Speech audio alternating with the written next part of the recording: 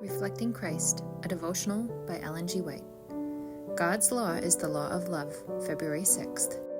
And thou shalt love the Lord thy God with all thy heart, and with all thy soul, and with all thy mind, and with all thy strength. This is the first commandment. And the second is like, namely this, thou shalt love thy neighbor as thyself. There is none other commandment greater than these. Mark 12, verses 30 and 31. Love, the basis of creation and of redemption, is the basis of true education. This is made plain in the law that God has given as the guide of life. To love Him, the infinite, the omniscient one, with the whole strength and mind and heart means the highest development of every power. It means that in the whole being, the body, the mind, as well as the soul, the image of God is to be restored. Like the first is the second commandment, thou shalt love thy neighbor as thyself. The law of love calls for the devotion of body, mind, and soul to the service of God and our fellow men. And this service, while making us a blessing to others, brings the greatest blessing to ourselves.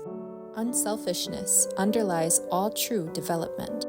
Lucifer in heaven desired to be first in power and authority. He wanted to be God, to have the rulership of heaven, and to this end he won many of the angels to his side.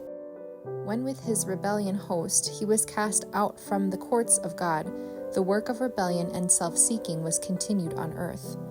Through the temptation to self-indulgence and ambition, Satan accomplished the fall of our first parents, and from that time to the present, the gratification of human ambition and the indulgence of selfish hopes and desires have proved the ruin of mankind. Under God, Adam was to stand at the head of the earthly family, to maintain the principles of the heavenly family. This would have brought peace and happiness, but the law that none liveth to himself, Satan was determined to oppose. He desired to live for self. He sought to make himself a center of influence. It was this that had incited rebellion in heaven, and it was man's acceptance of this principle that brought sin on earth. When Adam sinned, man broke away from the heaven-ordained center. A demon became the central power in the world. Where God's throne should have been, Satan placed his throne. The world laid its homage as a willing offering at the feet of the enemy. The transgression of God's law brought woe and death in its train. Through disobedience, man's powers were perverted, and selfishness took the place of love. His nature became so weakened that it was impossible for him to resist the power of evil. Men had chosen a ruler who chained them to his car as captives. Christ came to the world to show them that he had planted for them the tree of life, the leaves of which are for the healing of the nations.